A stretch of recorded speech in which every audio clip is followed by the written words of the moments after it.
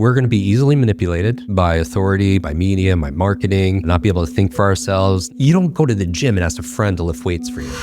Essentially, AI is doing the heavy lifting for us. How are you going to build your mental muscles if you're not challenging yourself? If AI removes the friction and it's just given to you and it's doing the lifting, then we don't get smarter in a way. I know in my world, people think you lose muscle because you age. I do not believe that. I think you're aging because you're losing muscle. I think it's the fact that you're not challenging yourself. I think the number one habit, bar none, is the habit of doing what you say you're going to do. In difficult times, we don't rise to the level of our aspirations, ever. We fall to the level of our systems, to our state of how we feel, our standards we fall to, and our self-image.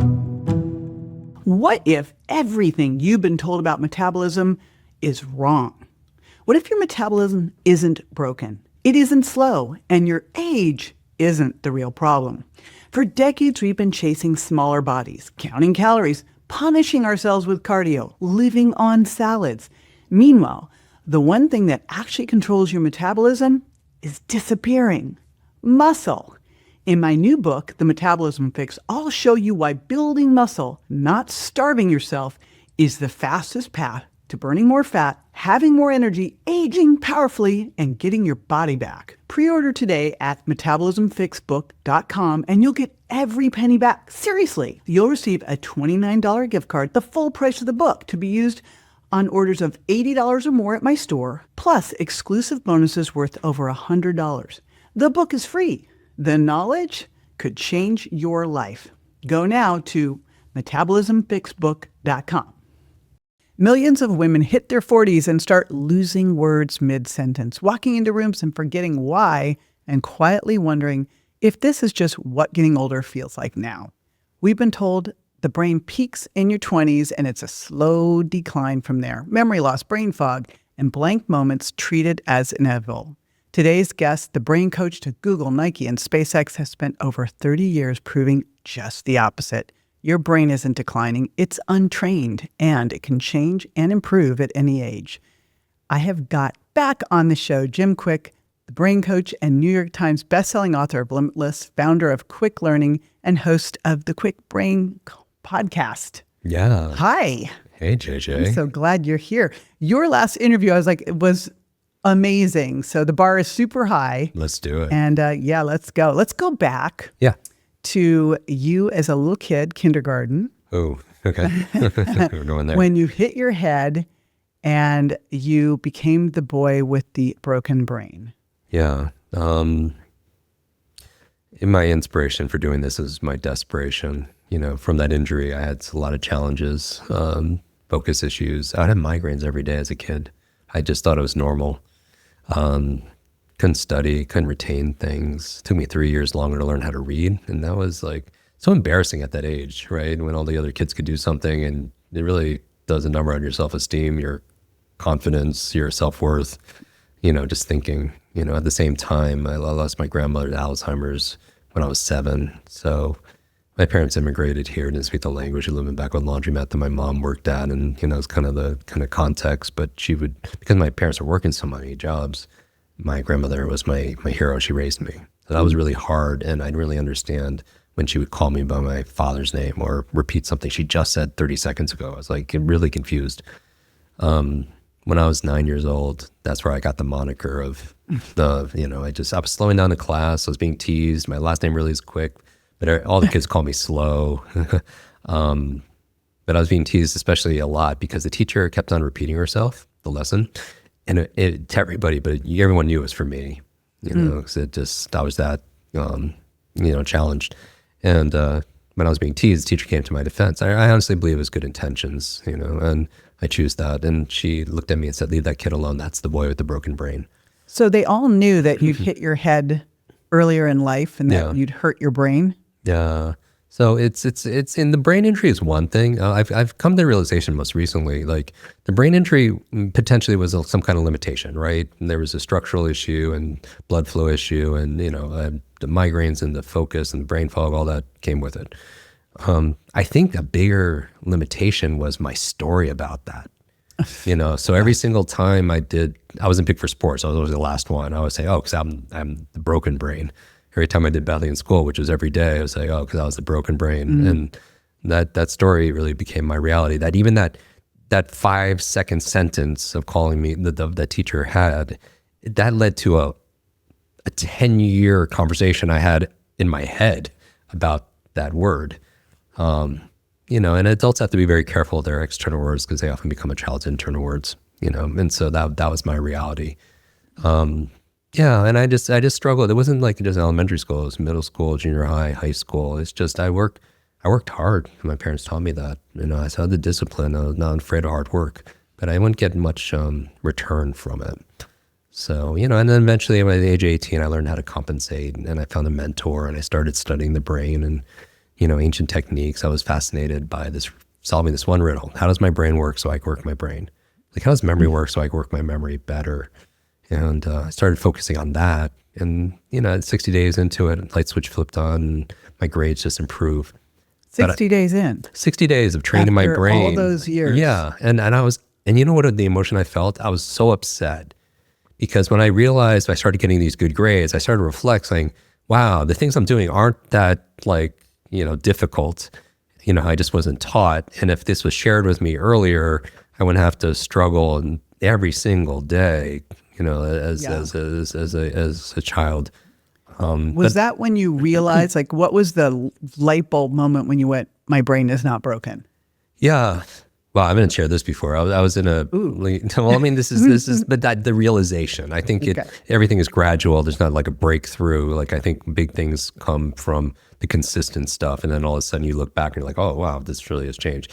I was in a lecture center, freshman and in college. And back then, I'm in my 50s, they would have these, remember those overhead projectors? Oh, yeah. Yeah, okay. So they put something on the overhead projector. It was like a whole, all these words and phrase, like a story or whatever. And I my superpower was being invisible, right? I don't want to be bullied. I don't want to be seen. I would always shrink down. I even visited my parents recently, and it's weird because I've never stayed there since I left at my age 17. I would visit, but I would never I can't sleep in that bedroom because I just feel like all those emotions and insecurities I totally get that. Yeah. So environment does shape, a lot of it. But when I was there, I was looking at old pictures and I would see myself as a kid and I was literally crunched down because I didn't want to take up space because I didn't want to be called on in class or bullied or whatever.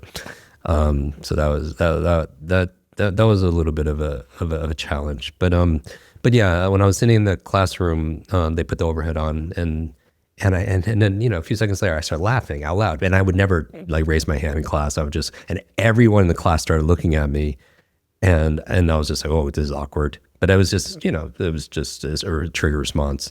And then you go 10, 15 seconds into it, then there's this soft laughter, and then everyone started laughing. And I didn't realize I read what was on the screen so fast that I knew what I mean. I started laughing about what was on the screen, and then everybody else kind of caught up. And I realized, wow, I didn't realize that I gotten this good at, and then I looked at my grades and started reflecting on that. But yeah, I realized after, this is my 35th year of doing this brain performance coaching, accelerated learning, I realized that it's not how smart you are, it's how are you smart. And when it's not how smart you are, it's what? It's how are you smart. So it's not how smart your kids are, it's how are they smart. It's not how smart your coworkers or spouse. It's how are they smart. I feel like we have genius and express ourselves in different ways, even in a world of AI. But especially in a world of AI, very much so. Because the cognitive offloading, talk about use it or lose it, where it's thinking for us. Oh, there's going to be some major ramifications from that. But when I felt that anger and upset, that school taught me what to learn, math, history, science, Spanish, whatever, but never how to learn. Going to your kids or even in your coworkers saying, focus on this, study this for a client or whatever. That's like going to someone saying, play the didgeridoo or play the ukulele, who's never had any training on how to do that. We've never taken a class on learning or focus, memory, or anything else like that. So I think school teaches us what to learn, what to think, what to remember, but not how to think, how to learn, how to remember, that kind of thing. And I think those are very essential skills today, especially in an age of AI. But after I had this revelation, I couldn't help but help other people, and I started to tutor. And one of my very first students, she was a college freshman. She read 30 books in 30 days, not skim or scan, really read them. And I wanted to find out not how. I know how. I taught her. We teach speed reading and comprehension. I want to know like what motivated her to do that, because a lot of people know what to do, but they don't do what they know, right? And so I found out her mother was dying of terminal cancer, and the books doctors gave her 6 months. Like 60 days, 2 months to live. And so the books she was reading were books to save her mom's life. Oh. And I get choked up thinking about it because it seems like it was yesterday, but it was so. I wish her luck. Prayer. Like 6 months goes by, I get a call from this young lady one morning, and she's crying. And when she stops, I find out they're tears of joy. JJ, like her mother not only survived, but it is really getting better. Doctors don't know how or why. The doctors are calling it a miracle, but her mother attributed 100% to the great advice she got from her daughter, who, guess what, got it from all these books. And in that moment, I learned two things. I learned, number one, if that knowledge is power, then learning is our superpower. That's a superpower we all have. We're just never taught how to do that well. And then the second thing I learned was my mission. Because 35 years later, I'm still doing this every single day, being the kid with the broken brain. I mean, my teachers would have been surprised if I read a book, much less, enjoyed writing books. But, my goal as that broken kid is to build better, brighter brains daily, because I feel like this, I'm always pictures pointing to my brain. Yeah. Often I have brains on my shirt, because what you see, you take care of. Like you see someone's body, hopefully you're going to take care of your body or your clothes or your car, because it's there always in your awareness. But we don't see this 3-pound matter between our ears. And, it controls and influences everything. So, yeah, when I wrote Limitless, it was meant to be an owner's manual for your brain. I donated the proceeds to Alzheimer's research for women in memory of my grandmother. Women, as you know, experience Alzheimer's twice as much as men, yet most of the research is male dominated. And also we built schools, and it's just it's a real mission. I want to no brain left behind. It sounds like, because Limitless was a huge success, and now this Limitless Daily helps you put it into action. Yeah, that was one of the biggest questions. And when the book came out in 2020, people were, 20,000 ratings on Amazon. Like it overtook Obama's book for 3 days in a row to be the number one nonfiction book and on all of Amazon. It was like, that is so big. It's so crazy for like, because I was like, this is what happens. Like, because I wrote the book in 6 weeks, in 2 months, because I had 30 years of material that I needed to get it. It was therapeutic to get out of my head. Well, last name's Kwik. Yeah. So we teach it too. On brand. This is interesting because, you know a lot more about, and I look forward to having a conversation on our podcast because, you've probably forgotten more about publishing and writing bestsellers than most of us will ever learn. I would say Limitless Daily, though, people don't know, it took over a year to write. And on a personal note, we have a 3.5-year-old and a 1.5-year-old. And when my daughter was born, I write every morning. And I don't write the books. I write for as long as I can remember. I write gratitude. Or I write what my goals are today, or whatever's in my head, right, to get it out first thing in the morning. I have this thing where in the morning I create, in the afternoon I consume, and in the nighttime I clear so I could sleep. And when I was in the hospital and I see my wife holding my daughter, and then her, 2-year-old brother's there, I started writing to them because I started, this family in my 50s. And I was just thinking, projecting, God willing, I'm still around 20 years from now, right? But if I wasn't, what would she need to hear from me, from her dad, that would help her get through a hard day, like where she felt limited? And I started to write about things that I faced or clients have faced, when you're burning out, when you have fear of making mistakes, or when you have imposter syndrome, when you have negative self-talk, or you can't get yourself to act, or all those things, distraction, overload, everything that we specialize in. And then I wrote the second morning, another letter to my kids when they're older, right? For them to read when they're older. And then the third, and I did that for a year. And it wasn't until close to the end where I realized that this could be a book, because the number one question I got from Limitless was, wow, this is like an owner's manual for a brain. I don't know why, you buy any piece of technology or any machine, it comes with some instructions, but our brain doesn't. And so, but people are asking, well, how do I apply this daily in an easy way? And so I turned this into a daily. The only difference is I took those passages and I put it science behind it.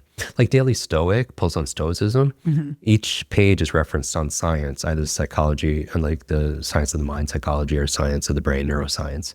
So I validate it, and it has one idea in an inspiring way with a 2-minute implementation. So it's not just ideas; it actually some action behind it, and then an identity statement.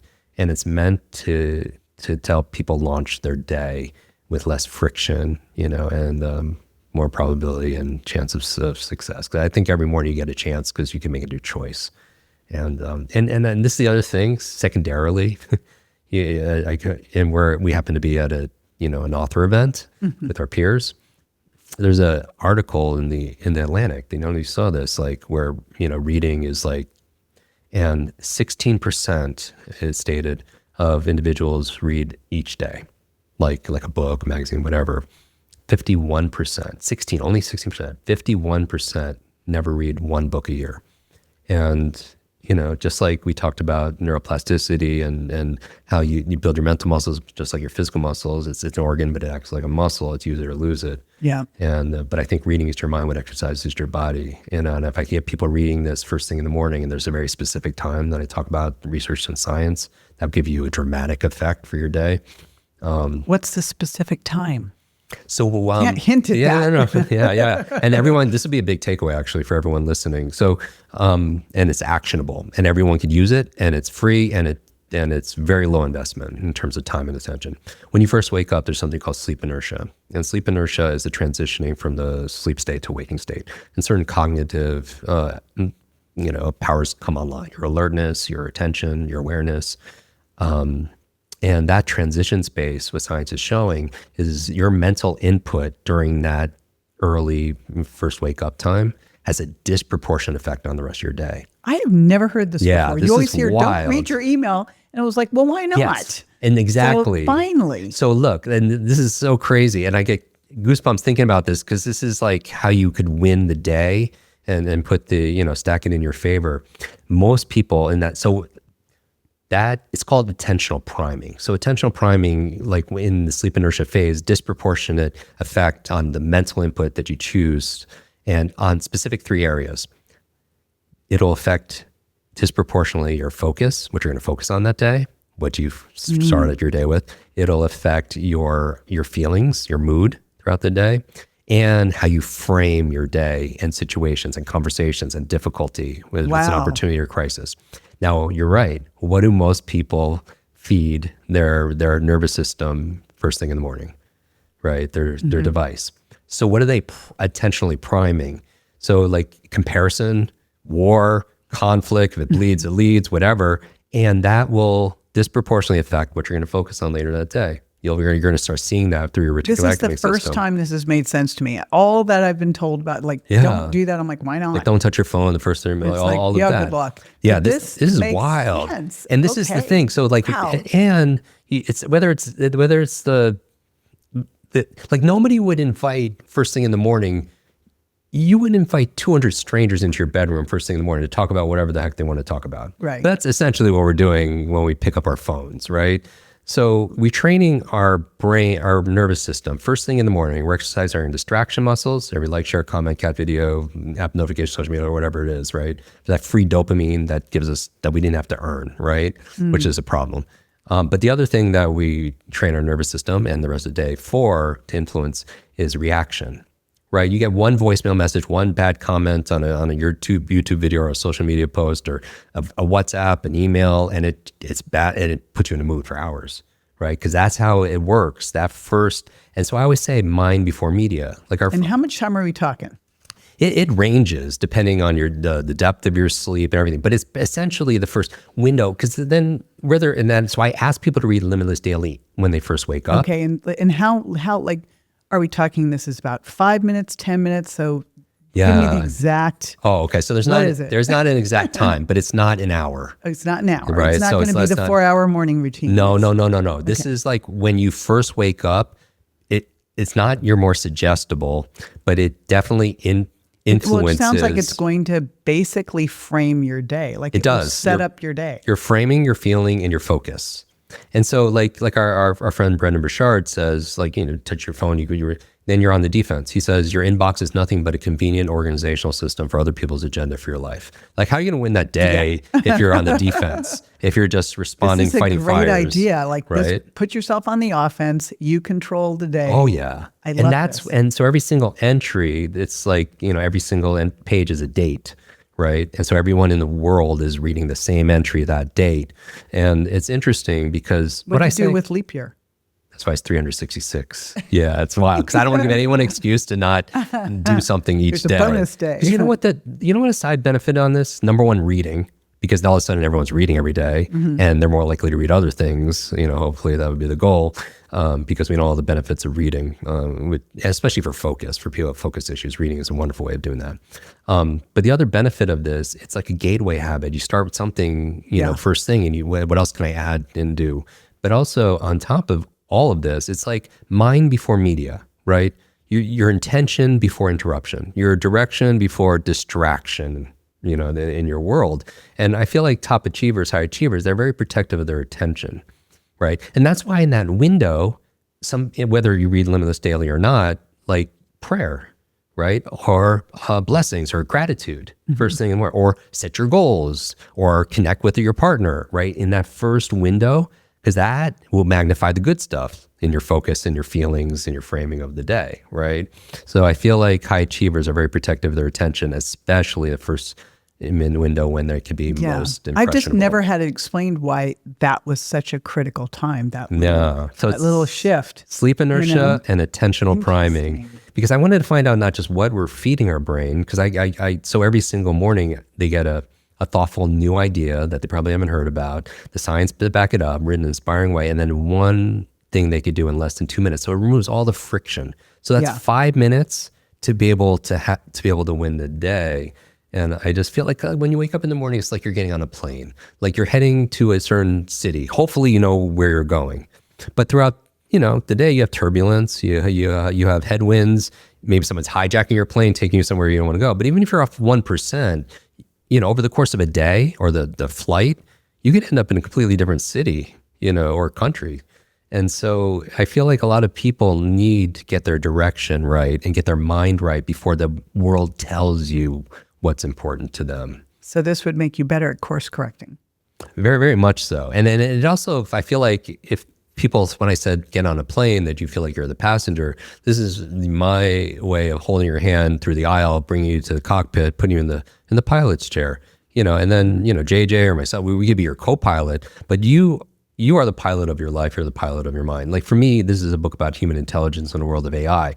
It's not framed like that, but that's what I want people to know, because in a world of AI where it amplifies and scales everything, it can only amplify and scale what you bring to it, right? Somebody could use AI to create a nice social media post. Great. Somebody could use AI to build the next, $1 billion wellness brand, right? It's the human intelligence that gets magnified. If somebody's clear and competent, that would be magnified. If someone's confused and, there's chaos, it'll magnify that also as well. But my big challenge, I think, is people offloading their cognitive abilities to technology and not be able to keep themselves mentally fit. I feel like, imagine a world, JJ, where people, their judgment, their critical thinking, their logic, all of that common sense is deteriorating, atrophy out of not use. What happens to a society or civilization that in mass? Where we're going to be, we might be finding out. Yeah, we're going to be easily manipulated by authority, by media, by marketing. Not be able to think for ourselves, not be be susceptible to misinformation. All of this because we're just like I look forward to a conversation with you on our podcast, and it's kind of like you don't go to the gym and ask a friend to lift weights for you, right? But essentially, AI is doing the heavy lifting for us. And in order for us to grow neuroplasticity, you need the same thing you need your muscles to grow. You need novelty and nutrition and sleep, right? And so how are you going to build your mental muscles if you're not challenging yourself? If AI removes the friction and it's just given to you and it's doing the lifting, then we don't get smarter in a way. And I think that muscle is going to deteriorate. I do think that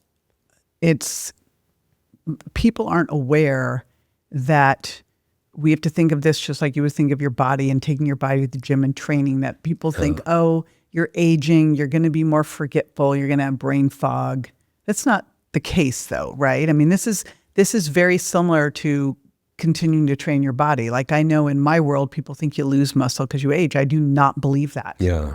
I think you're aging because you're losing muscle. I think it's the fact that you're not challenging yourself. And it seems like it's the same thing here. Yeah, I think it's that what I would qualify. I wrote in Limitless, these are lies, which is an acronym, limited idea entertained.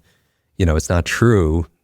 Like they're myths, right? And even people think that your brain is fixed like your shoe size. Like you take an IQ test when you're 8 and that's your potential when you're 88. And that's absolutely not true, right? I mean, we've learned more.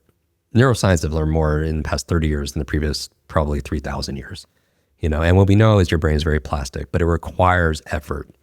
It requires work. It requires new learnings to be able to build those pathways. And then all the other things like exercise you got BDNF, brain-derived neurotropic factors, you got dopamine, serotonin, endorphins, all the cognitive benefits. Yeah, muscle contractions are amazing for your brain. Yeah. They're amazing.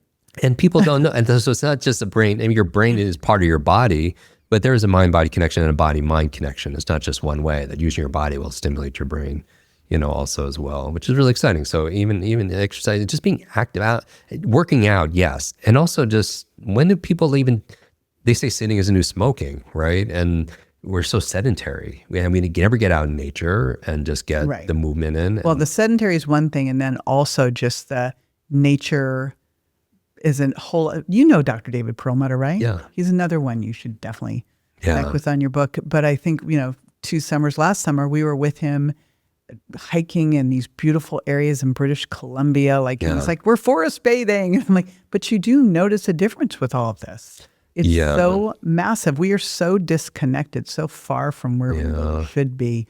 And, it's one thing with being sedentary, and now we're compounding it with we're physically sedentary, and mentally we're going to become sedentary. And that to me is absolutely frightening. Yeah, it's not only cognitive offloading, it's cognitive surrendering, where we've just given them. And technology, again, I'm pro technology. It allows us to get our message out to more people. It should be an amplifier. I don't see it so much as artificial intelligence as much as augmented intelligence. It's there to be able to support us and partner. Fire is an early form of technology. It could cook your food. It could burn down your home. It's just how it's applied, right?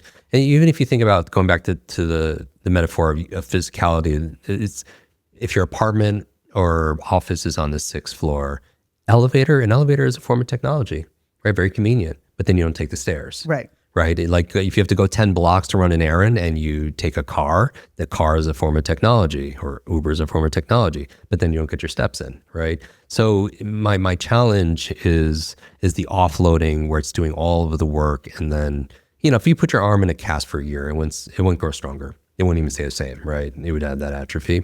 That's the challenge. And they did this. They've done studies. A recent MIT study, they took students. They had to write essays, group A, B, and C. A lot of people heard about this. Group A used ChatGPT to write the essay. Group B used Google. Group C, neither.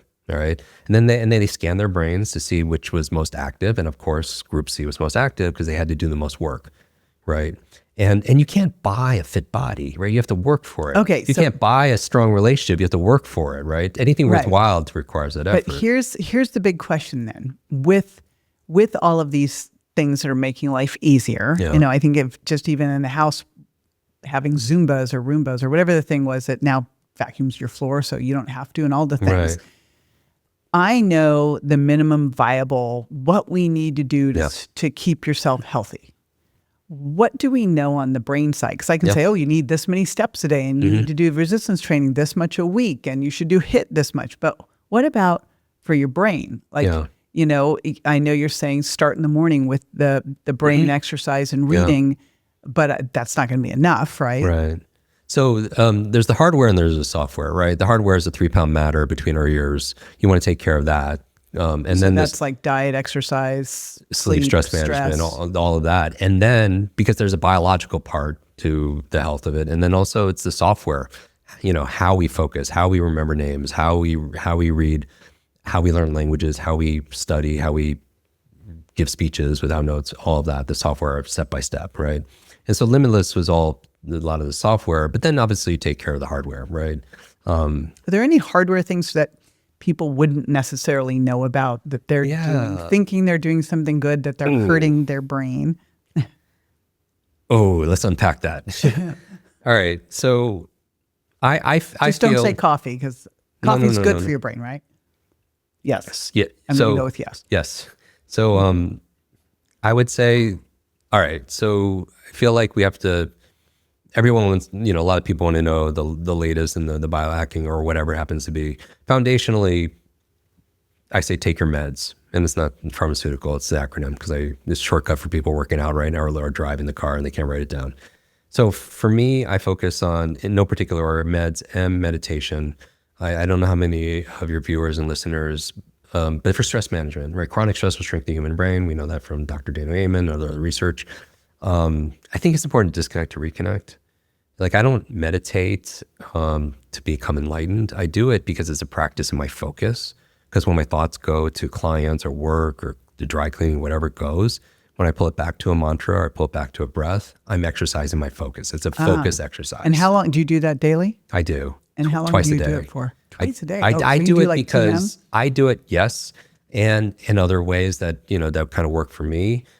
I do it because I just landed here from Europe.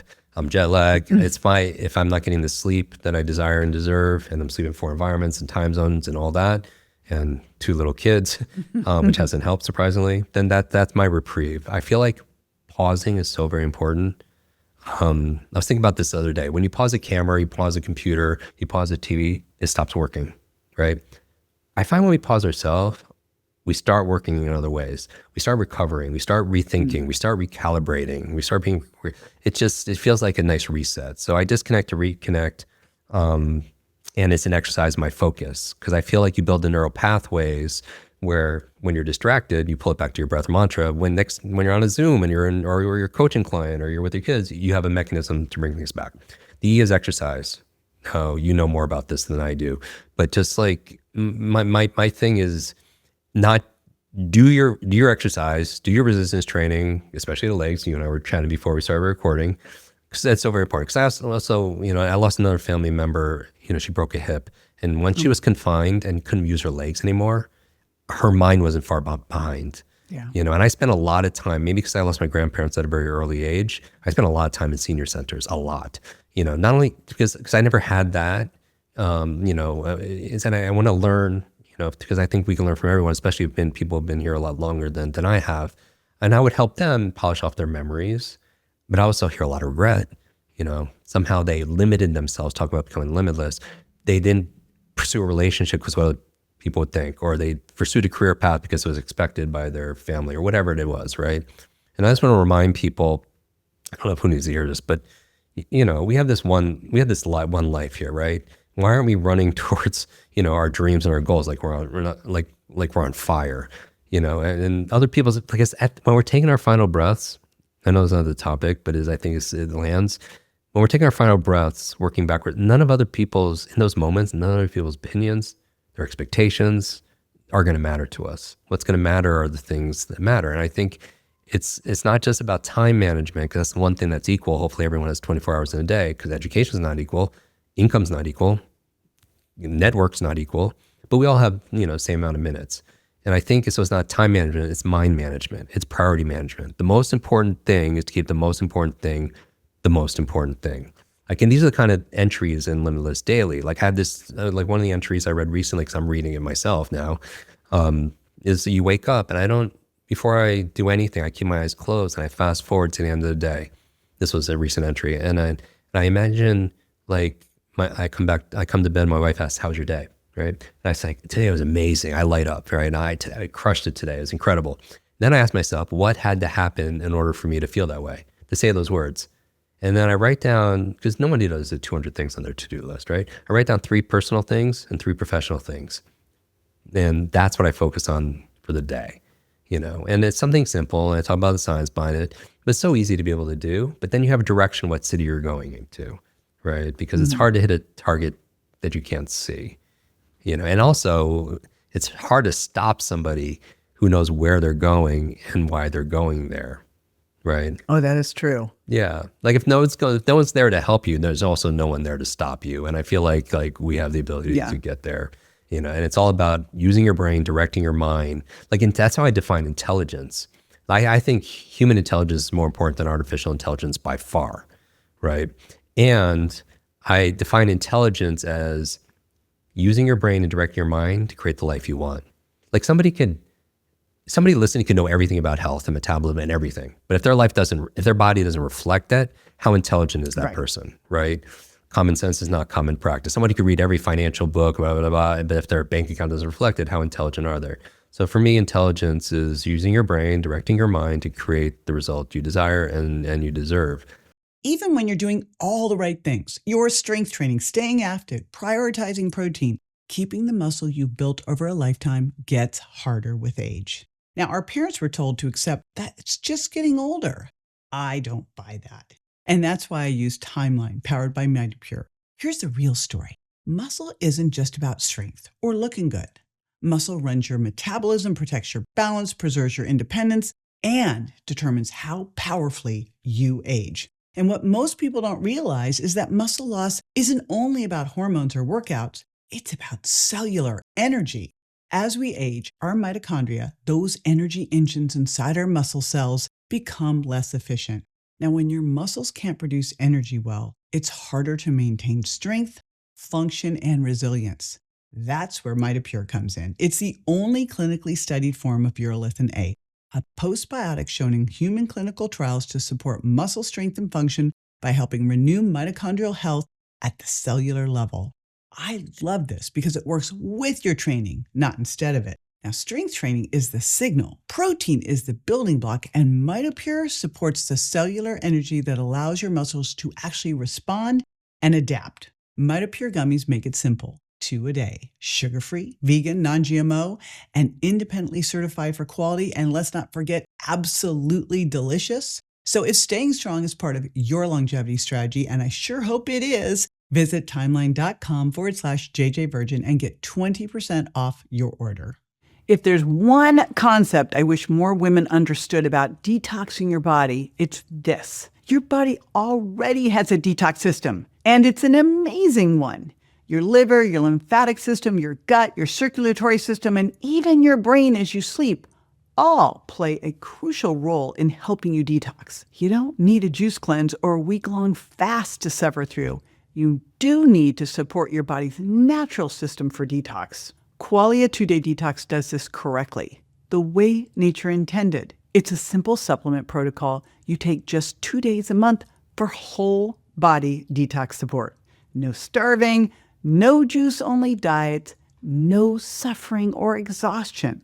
Just gentle, effortless nourishment to awaken your body's natural ability to cleanse itself the healthy way. I've never found a product that does more for your detox while asking less of you. Go to qualialife.com/virgin wellness. They're giving our community 15% off Qualia 2-Day Detox, backed by a 100-day guarantee. Give your body 2 days a month of advanced nourishment to wake up your detox systems. It'll handle the rest. That's Qualia 2-Day Detox. Code Virgin Wellness at qualialife.com/virgin wellness. Beyond the getting up in the morning and missing that little special time, is there another thing you see high-achieving people doing as a habit that could be like affecting their success? Yeah. So lock in the 4 things for meds, right? And then I'll give you one thing. So meditation, exercise, the D is diet, right? Which is your audience is so advanced in this. But the area I wrote about in Limitless, neuronutrition, that your brain is only 2% of your body mass, but it requires some different nutrients to be optimized for cognitive health and certainly for cognitive performance. And just videos we did that last time, I teach people how to memorize brain foods and all that fun stuff. Give one surprising brain food that people wouldn't realize was surprising brain food. A surprising one. A fun one. I mean, because they're gonna know blueberries and wild fish and sardines and avocados and walnuts and dark chocolate. What's an off the wall one? I love olive oil as a brain food. I love turmeric. I make this like a golden latte. I kind of switch off between that and coffee for the curcumin and stuff like that. I don't know. You and I were talking about. I still think. I years ago I used to be vegan for a very long time. I love a great grass fed steak. I think the creatine, like, and we were talking about creatine right before this, and I know that's what when someone's like, I don't know if I should take creatine or give it to my kids. I'm like, do they eat meat? Because this is we're not getting enough just from diet alone, but this is one of those things we're supposed to get. Yeah. So we're just adding back what we're not. Yeah, a lot of people. I think initially when I was taking it, it was for the workouts and everything else. It's huge, amazing for the brain. Oh my gosh, that's actually why I really take it. Yeah, is the brain part. I can feel it. I took some of yours actually right before we started filming because I asked you for it because I felt it also being jet lag, it also at a certain quantity could help offset some of this. It's huge for jet lag. Lack of sleep. I no longer worry about jet lag because of it. And creatine HCl specifically, like, there's some great research on it with women with brain fog. Oh yeah. And not having to use much, like 750 milligrams to a gram, like so much. Wow. Yeah, that's why I'm like that one. That's like a 7x differential. That's amazing. Cool. I like leverage things like that, just like using that sleep inertia to get better results later on. Because Limitless is not about being perfect. It's about advancing progression. But leverage, time is limited, but leverage is limitless. So you have resources like a quality supplement or leverage of a certain time and chronotype. Like everything could change. Yeah. Okay. Did we get the thing that people are doing next? Yeah. So meditate. Let me finish this because I know people who are writing notes. Like, left brain people meditation, exercise, diet, and obviously the meds. The S is sleep, right? Because how's our sleep? Like how's our brain working, and our memory working, our focus working when we have our sleep deprived? Surprising habits of high achievers, and whether it's in sports or the boardroom or you name it, I would say they're insanely curious. All right, and I'll get to the habits. They're insanely curious, and that's how they grow. Like their mind's like a parachute; only works when it's open. But so many people reach a certain level of success, and they stop doing the thing that made them successful. Instead of playing to win, they start being, I'm going to play not to lose. And that's a totally different mindset in sports, but also in life. And to that degree, reading is not sexy, but that's a habit. I mean, reading feels like to me like going to the gym. Yeah, it is the mental gym. People ask me, it feels like a flossing situation. Yeah. Like, do you have to do this? And that's what exactly. And you don't floss for 5 hours and you're done for the whole year, right? You do a little bit each, or you don't go to work out for a weekend nonstop and then all of a sudden you're fit for the entire year. You do a little bit. Yeah. And that's why the daily is so important, because the consistency compounds. Like if you're persistent, you can lose the weight. If you're persistent, you can make the money.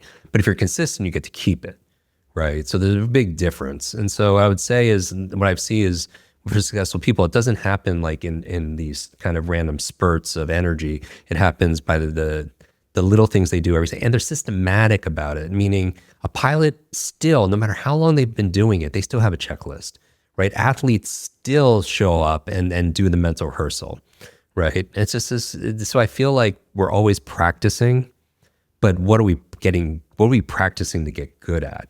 Like if you're ruminating, like I think one of the entries I read recently also in Limitless Daily is like one of the fastest ways to creating the life you want is stop feeding the life you don't want. And that kind of makes common sense, but it's not common practice. What are the habits that are feeding the life you don't want? What are the thoughts that are feeding the life you want? What are the people in your life or the projects that are not feeding the life you want? And there's only 4 choices. Like in Limitless, one of the most highlighted quotes was this quote, "Life is a letter C between B and D, or B is birth and D is death, and life C is choice." Meaning we are the sum total of the choices we made. What are we going to live? Who are we going to spend time with? What are we going to eat? Consistently, all that stuff, right? And I believe these difficult times, they could define us. These difficult times, they could distract us. These difficult times can diminish us. Or these difficult times, they could develop us, right? We ultimately decide with their choices. And there's only 4 choices. So here's what high achievers really understand. To change your life, you can only make 4 choices fundamentally. And I want to make this super simple. I'm not saying it's easy, but it's simple. And I don't think this is debatable. You want to change your life? 4 choices. You either stop something, you start something, you do less of something, or you do more of something. Those are literally the only combination of things you could do. Fifth is insanity, doing the same thing, expecting a different result. So like this is so simple, and I hate to make it this simple, because then some people be like, oh, I'm not going to do it because that's just so easy, and that's what they'll talk themselves out of it and use that as an excuse. Stop smoking, you'll get a result. Start doing some mindfulness, exercise, you'll get a result. Do less doom scrolling or binge watching, right? That's unearned dopamine that you haven't earned it. And so I love this unearned dopamine. Well, the thing is dopamine. Great concept. Yeah, this neurotransmitter is the molecule of motivation. And I think people get it wrong that you have to be motivated to take action. The goal is to take a little bit of action, then you earn the dopamine, right? It's not from going to a website or eating junk food or doom scrolling or binge watching something on Netflix, which you don't have to do anything for. And then that molecule will keep you in action. So you then you have motivation and momentum, right? But I feel like we desensitize those systems because, doom scrolling, going to a website, and then all of a sudden we wonder why we're not motivated. And so you could start, you could stop smoking, you could start meditating, you could do less binge watching or doom scrolling, your life will change. Or you could do more exercise, more movement. And then all of a sudden, more reading. Yeah, more reading or anything. You literally insert anything. Stop, start, less, more. That's so great. And so I would challenge everyone, even in this episode, if you're bold, is to make those choices, because nothing changes. Like every day you have a chance because you can make a new choice. But like if you're going this direction and you make a choice to step in this direction, over time, you're going to end up in a completely different destination, right? Some people call it their destiny. And I truly believe this is a year-long journey that you do a little bit each day. Consistency compounds. James Clear came on the podcast years ago, and you're saying just improving 1% a day compounded over 365 days is a multiple. Massive. Yeah, some people think it's twice as much or 5 times or even 10 times as much. 37 times compounding 1%. Now, I know this book is more than a book. Yeah. This book is like a golden ticket. It's an invitation. It is. Because you have other bonuses that come with the book. Yeah. So, I mean, this was meant to be like a conversation. The most important conversation people have is not with their spouse or their partners or their clients. It's with themselves. I'll right? tell you a funny story. Yeah. My son with the traumatic brain injury, he said, there's all these voices in my head. He thought there was something, he was unusual. We all have all those voices in our head. And he said, he thought he banged his head. Now there's all this chatter going on. I'm like, nope, that's us. And that voice matters because it's a conversation we're having with ourselves all day. It's the longest conversation we've ever had in our life is with ourselves.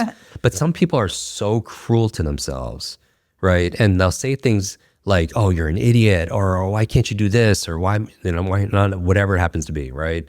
And we would never say those things to someone we love, right? But it's kind of interesting. There's another passage in here we talk about, because part of self-care, I feel like, is yes, do the body work and but also self-care is looking in the mirror and loving the reflection that's looking back, who's been through so much but is still standing. Having grace, like studies done, when you beat yourself up, you're not more like, oh, I didn't work out today, and you beat yourself up, you're not more likely to work out the next day.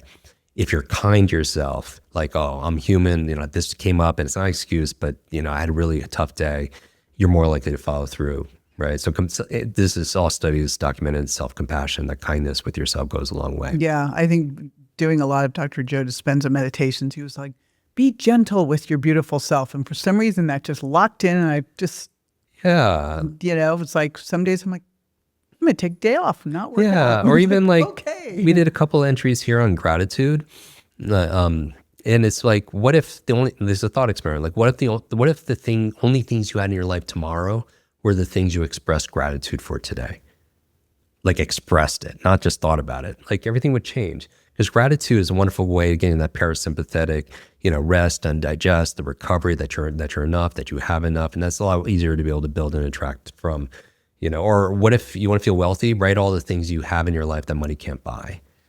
And then it just changes things. There's a great exercise in here where I do like a future episodic remembering, where you set a goal and you remember it as if it already happened, right?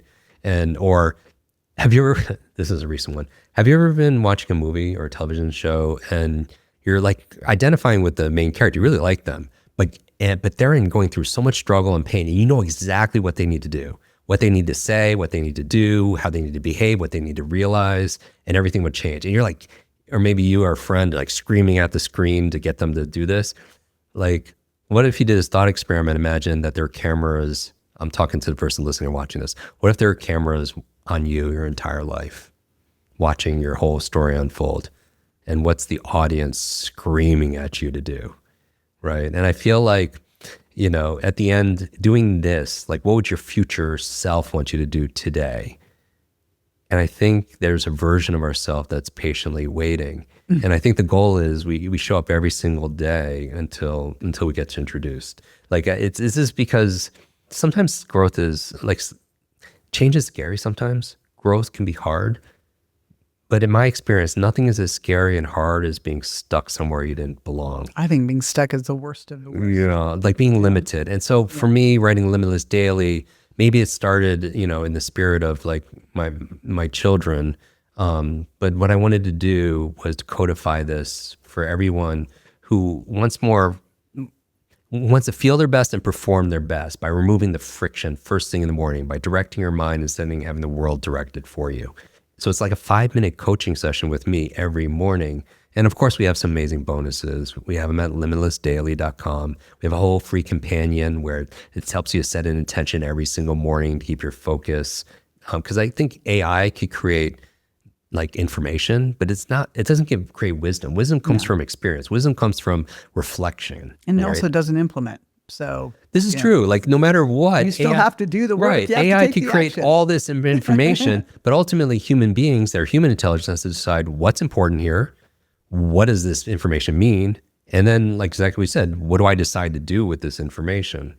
You know, and that's all human intelligence. You know, I have this acronym HUMAN that I feel like I'm hoping, and hope's not a great strategy, but that I partly have an optimistic view that I've seen technology come, right, and it evolves the way people are. I hope we're not going to outcompute a machine and process a machine, that they're going to do it better. But it'll force us, I think, in the workplace, in the economy, to be of value, to lean into more of humanity. I feel like one of the biggest conversations to be had is how do we remain deeply human in an age of AI? And so HUMAN is my acronym. H, this is what I would lean into: hard emotional intelligence, empathy, compassion, storytelling, all that. U, understanding. I feel like the depth of the deep work to find understanding and have curiosity will help you continue to grow. The M in human is meaning. You know, think about purpose, like what drives you, gets you through adversity and hard times, which inevitably will come. The A in human is adaptation. I think one of the primary skills in ever-changing worlds, our ability to learn, unlearn, relearn things. Those are the people that can succeed faster than anybody else. Having cognitive flexibility. There's like physical flexibility. You're pliable. It's like doing mental parkour, because the opposite is cognitive rigidity. What's that? That's where you're stuck in your own thought in a certain way of doing things. Then you become a blockbuster. You become extinct, right? Mm-hmm. Blockbuster video. Or you become Kodak, who developed the technology for digital photography, and where are they now, right? Because they weren't cognitively flexible. I also think we did an entry I just read recently on cognitive anti-fragility. And this is interesting because cognitive resilience for me, or resilience in general, is bouncing back, right? Bouncing back to baseline under stress. And what I would say cognitive anti-fragility is not only bouncing back, but bouncing forward. And if you look at nature, that's what human beings could adapt to, like hermetic response, heat adaptation, right? You know, where we, under a stressor, we actually get stronger. Or, you know, young kids that are exposed to more soil and bacteria, they have a more robust immune system because they're not bouncing back, they're bouncing forward and getting stronger, just like weightlifting, right? Exercising, resistance training, you get stronger. You don't get, you're just not maintaining, you're actually growing and getting better. Same thing with your cognitive anti-fragility. And so I think put that there. And then finally, the N in human is nexus. And I use that for leadership. It's not just your neurological connections, it's your social connections, right? And your ability to influence, your ability to sell, persuade, to coach, to parent, all of that. Because AI, they could synthetic empathy, but they don't know like how to console a grieving child. They don't understand what it means to break up or ask for forgiveness or anything that's been human, right? It also feels very false empathy. Yeah, and Like, there's oh, you did such a good job with that. I go, no, I did not. and that's the other thing that people aren't using it for, because even AIs, most people are being trained like what they're doing is right, and it's just not, because they're not challenged. You're not using AI in a way where it's challenging. It's stress testing their ideas or showing them their cognitive biases or asking them questions about what they could be missing, right? Like I always say, like just like I said, mind before media, I always think you build before you borrow. Like build your own intelligence before you borrow from artificial intelligence, and like build. Here's the acronym, right? This is what I don't teach this, but I'll share it. For me and my team, build. So we don't want the technology to do the thinking for us, because then we just get weak over time. The B is you brainstorm. So you have something going on that you would normally put in AI, brainstorm yourself first, right? Put some thought, get some reps in first. The U is understand the problem, right? Einstein said that if he had an hour to solve a problem, he would spend most of the time trying to figure out what the problem really is, right? Because the problem is not usually the problem. The problem is usually our attitudes and assumptions about the problem. So really understand what's going on. The I in build is, as you're building your intelligence, I is imagine. Like ask new questions. Like ask how would someone 10 times smarter solve this problem? How would a 5-year-old look at this problem? For the elusive obvious, right? Or anything else that, like, what am I missing? Use your imagination, because science says it's more powerful than knowledge. And then the L in build, then leverage AI, but leverage it, intelligently, right? To be able to fact check, to be able to look at things, be able to challenge your assumptions, to be able to be a creative partner, great. And then the D in build, then you decide. I think that's a way of using your brain. So I'll do this every single time before going to Claude or ChatGPT. Which actually means that you will get better because of it. Yeah. That's what I believe that we can do with AI, is be better because of it. Yeah, I believe. That is exactly. So I'll give you an example. I'm going to do Tony Robbins, as I was talking about, in Germany, and I have the talk that I did in the US. And I'm like, all right, I need to adapt this for the German audience. So I'm like doing some research out there, looking at this, looking at food, looking at this. And then I just started brainstorming with chat on how to flip this. And it was fun and it was cool. And there were things I hadn't thought of, and it made a much better thing. But I started with mine. Yeah. Otherwise, it wouldn't have worked. So, all right, I've got one last question for you. Imagine you're sitting across from the woman listening today who's overwhelmed, confused, and worried about her future. I want you to give her your brain prescription, 3 things she should start doing this week, and 3 things she should just stop worrying about. I can think of one. I was going to say, get the book and start doing a little bit every morning.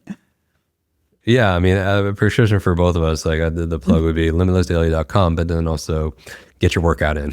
Yeah.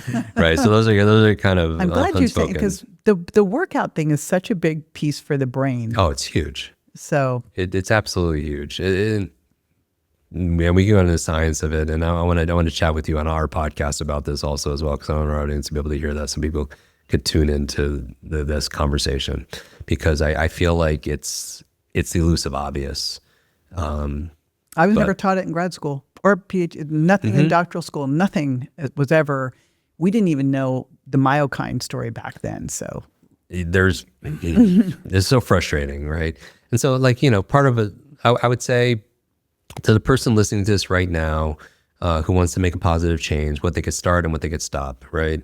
In no order. Like, I feel like everything is bio-individual, and people have to find the best thing is what people will follow through on, right? And that's why I like small, simple steps. But I would say get out in nature. That's free. Like all the biohacking stuff, and I speak at a lot of these conferences, and I think they're great. I have a lot of these devices. A lot of it is to mimic what nature. You should. I'll tell you the funny story. I was at a very expensive longevity center, and I'm standing. They took me into this room that all these ions mimicking the sand and the surf and blah, blah, blah. And I'm looking out the window at the beach right there. That's hilarious. Like, that's so hilarious. Just go outside. That's so hilarious. I have a challenge. That's something that everyone could do. So my morning routine, I'll read this and I do certain things. But so part of when I wrote Limitless, I was in Greece, and there's a goddess of memory. And she's the mother of the 9 muses, science, literature, and art. So it's kind of interesting. Science, literature, and art, the mother is memory, right? And they would use ancient techniques to remember. And I train people on how to use these ancient techniques and modern neuroscience to learn better. When I'm there, like I heard that in ancient times, in Greek, Babylonian times, they would think everything was made of 4 elements. And so talk about routines, earth, fire, water, and air, right? Earth, fire, water, air. And everything was made out of that. So my morning routine is really simple. I read the limits daily, do this thing, and I go outside and I get earth, right? I'm barefoot, I'm on the ground, electron transfer, all that benefit, right? That's earth. Then I'm getting sunlight first thing in the morning. Your eye's only part of your brain that's outside of your skull. That sunlight and I'll sleep better that night, invariably. Yep. Reset my circadian rhythm, but that sun represents fire for me. So I have earth and I have fire. I also hydrate, right? People can use electrolytes. There's sodium, potassium, like balance, or lemon or whatever, the salt, whatever they use. But you can lose up to a pound of water, like just when you're sleeping, if you're urination, through perspiration, through respiration, and your brain is mostly water. On our podcast, we had this neuroscientist, nutritionist, Dr. Lisa Mosconi, and she was saying, She's great. Yeah, she was just saying, staying hydrated, even at 2% dehydrated can affect you. But if you stay hydrated, it can boost your reaction time, your think speed upwards of 30%. That's a huge lift. So I drink that structured water first thing in the morning, so that's water, right? So I have earth, fire, water, and then I do some deep breathing, whether people do Wim Hof breathing or fire breathing or alpha breathing or box breathing or whatever it happens to be. But, a lot of times, even throughout the day, we're tired because of our posture, right? We're reading, we fall asleep, but sometimes it's not what we're reading. It's like how we're holding our body up in, time and space, because sometimes we're collapsing. The lower 1/3 of your lungs absorbs almost 2/3 of the oxygen. So a lot of people are just not getting a lot of oxygen to their brain. So I like doing the deep breathing, and that all takes 10 minutes. And it's free, and it's nature. I could do it with my 3-year-old. I mean, there's no excuse not to be able to do that. And I did it this morning, even when I'm traveling, it's so easy to do. So to answer your question, I would say, first you create your habits, then your habits create you. And I would dial in some kind of routine, morning and evening routine. And then also, like, I would say, take a screenshot of where you're consuming this, tag us both so we get to see it, and share what your stop, start, do less of, more of list would be, that you're willing to commit to, right? Because I think you share it, you tag us, we get to see it, I'll repost a bunch. But also your fans, your followers, your friends, your family, they get to see it. Because one of the fastest ways of learning something is to teach it, and then I would say, besides doing that, having a more new routine, like getting nature in your body, earth, fire, water, and air, and then constructing what you're going to stop, start, do, and so on. I would say, of course, reading has to be on that list for me, just because, For everyone. I mean, from what you said. I just feel that, look, you and I have decades of experience. We've made mistakes. We've done our own research. We've had experience, and we put it into a book, and somebody could read one of your books in a few days, and they could download decades of wisdom and research and insight into days, and not have to spend the hundreds of thousands, like the fortune you and I have spent on research and learning and mistakes that have been costly, and the time. And they could sit down a few days, they could download decades into days. What greater advantage is there in life, than that, to fast track your success? Besides, reading improves your focus. There's so many cognitive benefits to reading, especially in a world where people don't have the attention span because they've trained themselves, to be distracted, and that's really sad. And also, by the way, I also read, while I read a lot of nonfiction, for 4.5 years when I've learned these things, I read a book a day for 4.5 years. I would almost go a day without eating, then a day without reading. Now, that's obviously not the case, but I would skip a meal before I skipped some feeding my mind. And that's not for me fasting or anything else, because it's interesting. Like, you never hear somebody who's gone a few days without eating and say, oh, I forgot to eat. But people will say to me all the time, like, oh, I forgot to read today or whatever. Right? Because your body will tell you with that hunger. And I just feel like, as you eat food that's nutritious and delicious, and it feeds you, and when you nourish flourishes, what are we feeding our mind? So many people have this mental obesity because it's just empty calories everywhere from whatever, like all the stuff that's out there on social media and all the junk. and AI slop and all this other stuff, and they're empty calories, right? And I just feel like, find out what you're looking for. And my belief is, even as we age, we could grow older, but in a lot of ways we could grow wiser, and that wisdom comes from this experience that we have. And everything that you do that's good for yourself, like reading 5 minutes a day or working out each day, is a vote that you are the person you say you are. I think the number one habit, bar none, is the habit of doing what you say you're going to do. Because what's like, if you're in a relationship with anybody, friend, colleague, family, or whatever, and they keep on saying they're going to do something and they don't do it, like, where's the level of trust there? Imagine the conversation we're having ourselves when we break trust, right? That we don't follow through. And then what are we saying to ourselves? Because we don't rise, in difficult times, we don't rise to the level of our aspirations ever. We fall to the level of our systems, to our state of how we feel, our standards we fall to, and our self-image.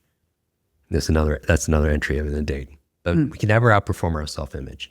And I feel like what's so important with this book or any of the work about consistency is we show up for ourselves. That every single morning, as an example using this book, or it could be exercise, it could be whatever it happens to be, is you are showing up for yourself and doing what you say you're going to do.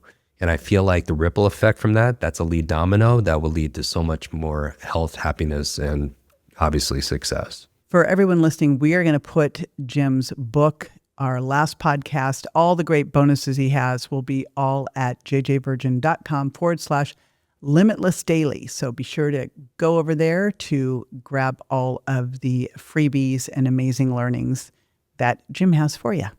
So important for everybody listening, don't try to change your whole life this week. As Jim just said, change one thing, master it, then come back next week. And I'm going to say, let's do this every day, because if you're doing Limitless Daily every day, change one thing, upgrade one thing, add one thing, master it, then come back next week. We're going to build on this together, because extraordinary health isn't created in a big leap. It's built one small decision at a time. Until next time, stay strong and live well beyond 40.